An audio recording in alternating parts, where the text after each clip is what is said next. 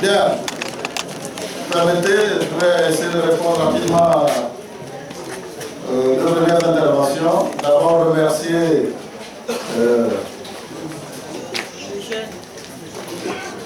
un fils qui est intervenu en premier, en fait, pour dire son engagement pour le changement.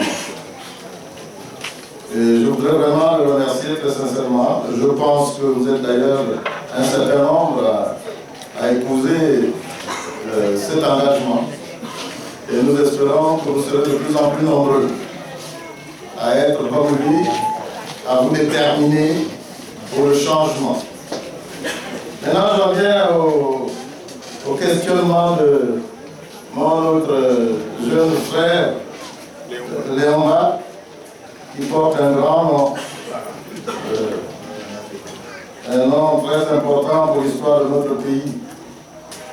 C'était le père de la nation. Une première question, l'hymne du parti. Rassurez-vous, je l'ai dit au vénérable, nous le découvrons ici. Donc c'est un hymne qui a été conçu ici à Gamba, qui a été écrit ici à Gamba, et que j'entends personnellement pour la première fois depuis que le parti existe il y a 22 ans.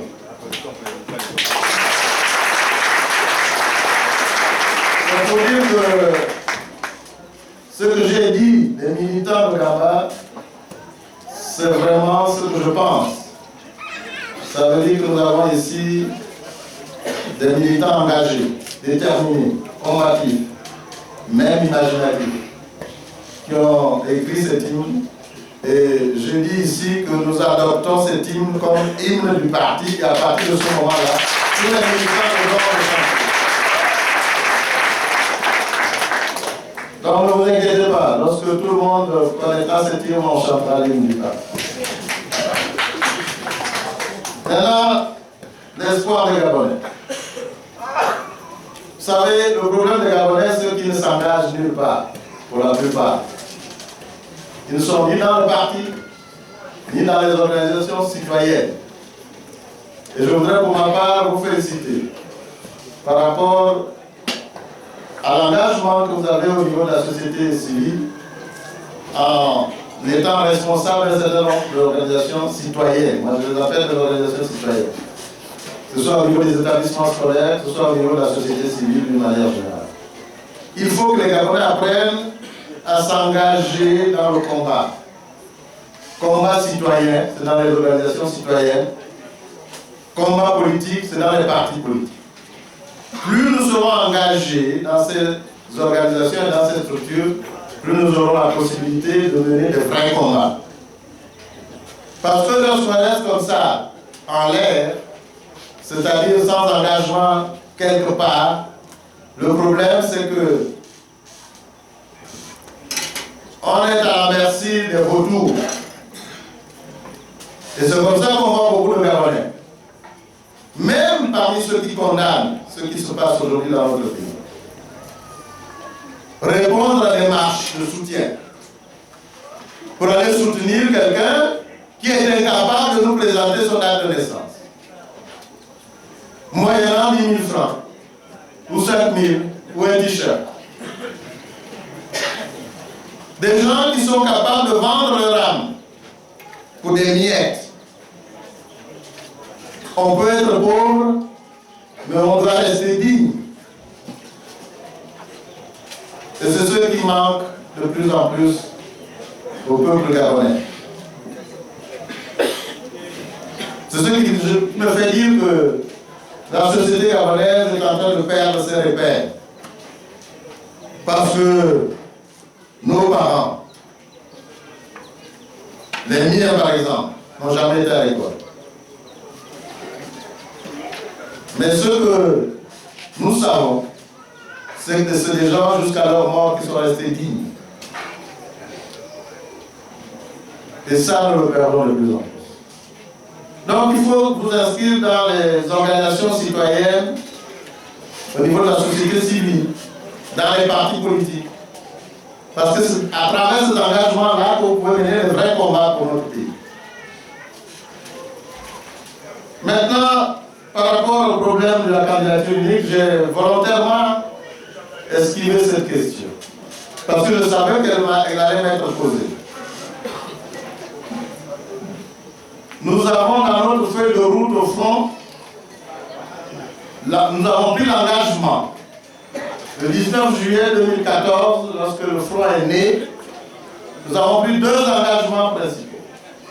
Le premier, c'était de faire partir M. Ali Bongo Ondimba et sa suite, que mon jeune fils appelle les diables. Le deuxième engagement, c'était de présenter à la prochaine élection présidentielle un candidat unique.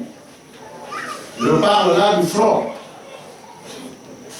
Mais vous savez déjà qu'au niveau de l'opposition gabonaise, il y a plusieurs regroupements. Il y a le front, il y a l'UFA, l'Union des forces pour l'alternance, qui regroupe un certain nombre de partis. Il y a l'UFC, et puis il y a l'air, je ne sais pas quoi. Donc plusieurs familles d'opposition. Nous nous efforçons au niveau du front d'opérer un rapprochement de toutes ces familles. Et récemment, nous avons signé une plateforme commune, une déclaration commune entre le front et l'UFA. Mais uniquement pour mener le combat de la transparence électorale. Uniquement pour mener le combat de la transparence électorale. Je ne pense pas que nous puissions nous entendre sur la démarche qui consiste à ne présenter qu'un seul candidat. Et nous observons aujourd'hui que ce soir au niveau du front, il y en a des gens qui se déclarent candidats à la candidature. Alors qu'au niveau du front, nous avons adopté une démarche, à savoir mettre en place une commission qui réfléchit sur les modalités de désignation du candidat unique, sur les critères du choix de ce candidat, sur les instances qui doivent désigner ce candidat. Je vous prends un exemple. Nous sommes des personnalités, des partis politiques, mais les partis politiques ont des statuts. Lorsqu'il s'agit d'une élection présidentielle, ce n'est pas Livungi président de la DER qui va dire nous soutenons tel candidat. Dans nos statuts, c'est le congrès du parti qui se tient pour se prononcer sur l'élection présidentielle. Où nous désignons un candidat, où nous soutenons un candidat, mais c'est le congrès extraordinaire qui prend cette décision. Donc, ce n'était pas un problème facile. Nous sommes en train d'étudier les modalités. Mais malheureusement, pendant le même temps, vous le voyez comme moi, il y en a qui se déclarent candidats à la candidature, qui sont en train de sillonner le pays.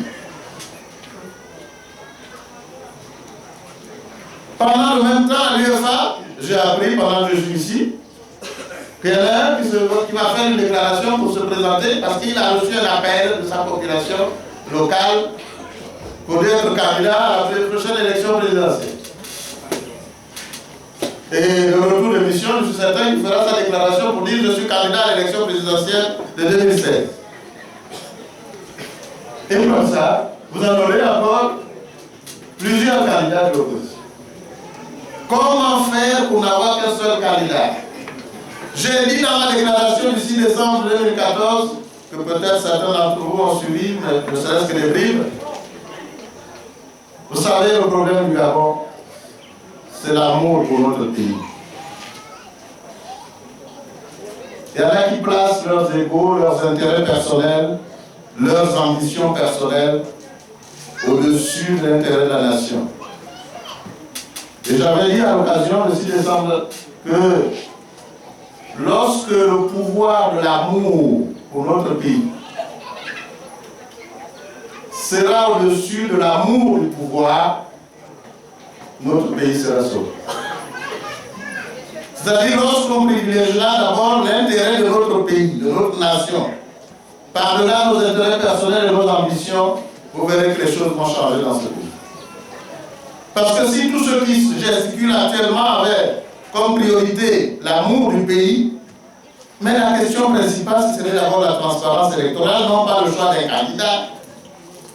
Parce que, mon cher petit frère, je ne suis pas d'accord du tout avec vous. vous n'aurez jamais un seul candidat d'opposition. Ça, je suis convaincu. 2. Avec les conditions actuelles d'organisation des élections dans notre pays, avec des institutions aux ordres, nous l'avons vu en 1993. Il y a eu des morts. Mais ce n'est pas Omar Bongo Ondimba qui avait gagné. En 1993, j'étais candidat, j'ai eu peut-être 1,5% qu'on m'avait attribué. Mais nous savons qui était en tête en 1993. C'était Mbaba seul. En 2009, nous savons que ce n'était pas Ali qui était en tête. Mais c'était dans les conditions actuelles. Qu'est-ce qui s'est passé?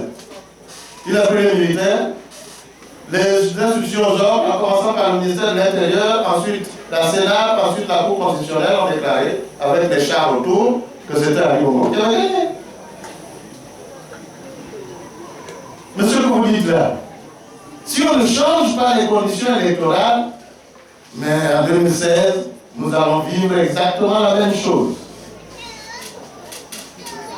Donc pour moi, à la limite, il faut que nous comprenions bien, le problème n'est pas tant le problème du candidat unique. Le problème, c'est les conditions électorales qui permettent des élections libres, transparentes et crédibles. C'est ça le vrai problème du Gabon. Et ce n'est pas le problème des leaders comme vous semblez nous le renvoyer, c'est le problème du peuple gabonais parce que c'est le peuple qui est souverain. C'est le peuple qui choisit. C'est le peuple qui est chaque fois floué. C'est la volonté du peuple qui n'est pas respectée. Donc c'est le combat du peuple. La transparence électorale est d'abord le combat du peuple. Et ce peuple doit se mettre debout à travers les organisations citoyennes pour réclamer la transparence, à travers les partis politiques de l'opposition, pour réclamer la transparence, à travers même la société civile, pour réclamer la transparence. Voilà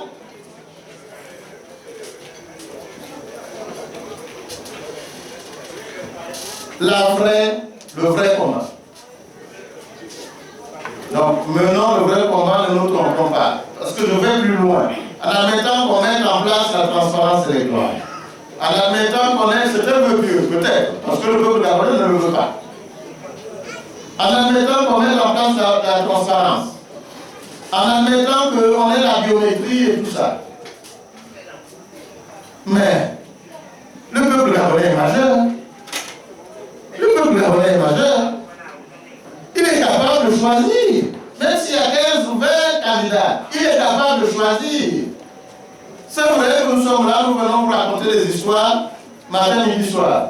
Mais moi je dis que le peuple gabonais peut facilement choisir l'homme qu'il faut au moment qu'il faut comme président de notre pays. Il l'a prouvé par le passé. En 2009, c'était peut-être Ouma Moudou, Ouma Ouam, que Dieu est son âme, que Dieu est l'âme d'ailleurs. Qui était en tête, c'était pas Ali. Donc le peuple gabonais savait qu'il voulait avoir à la tête du pays. Le peuple gabonais voulait le changement. Mais qu'est-ce qui s'est passé? On a mis des chars, on a utilisé des institutions instrumentalisées, et puis on a déclaré Ali Bongo président. Mais si on ne prend pas garde, ce sera exactement la même chose.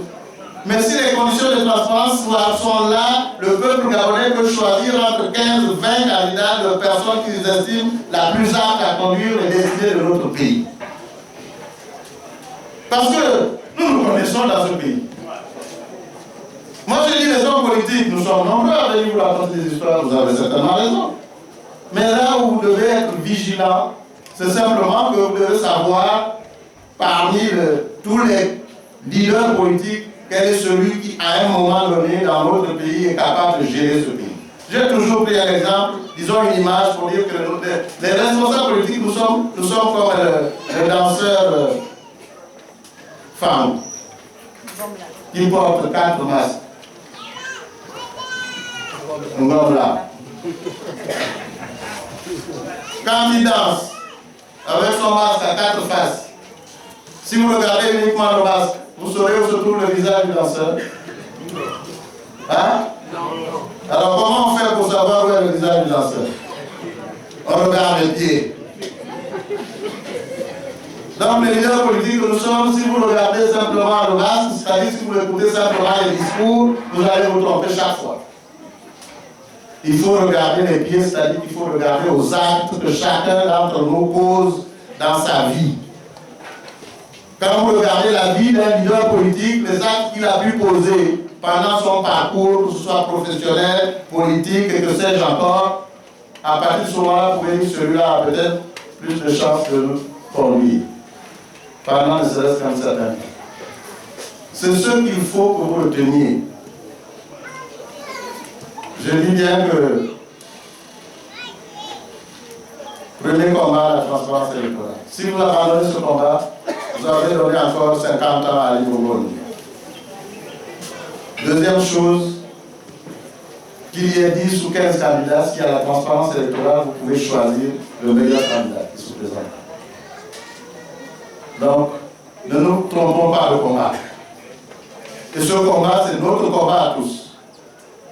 Ce combat, c'est avec vous que nous pouvons le mener, ce n'est pas uniquement les leaders politiques. Nous faisons notre part, nous vous indiquons la direction, nous sensibilisons même les chancelleries étrangères qui sont implantées au Gabon pour leur dire ce que nous souhaitons. Mais ces conditions, nous pouvons les changer. Nous pouvons les changer en faisant un tour de table, en faisant un dialogue inclusif qui peut nous être imposé, tout simplement parce que les conditions de gouvernance dans notre pays ne seront plus réunies. Si le peuple se lève pour dire ça, nous ne voulons pas, mais même les communautés internationales qui ont des intérêts dans ce pays, les groupes tels que Shell, Total et EC, quand ils verront que les problèmes se posent, avec acuité, ils diront à Bongo là, ben écoutez, mettez-vous autour de la table et essayez de définir les conditions pour aller aux élections de manière claire. Mais si nous ne nous mettons pas debout, bien évidemment, ce n'est pas Bongo Ali qui va se lever d'un moment à terre pour prendre le couteau et se l'enfoncer dans le ventre. Merci beaucoup.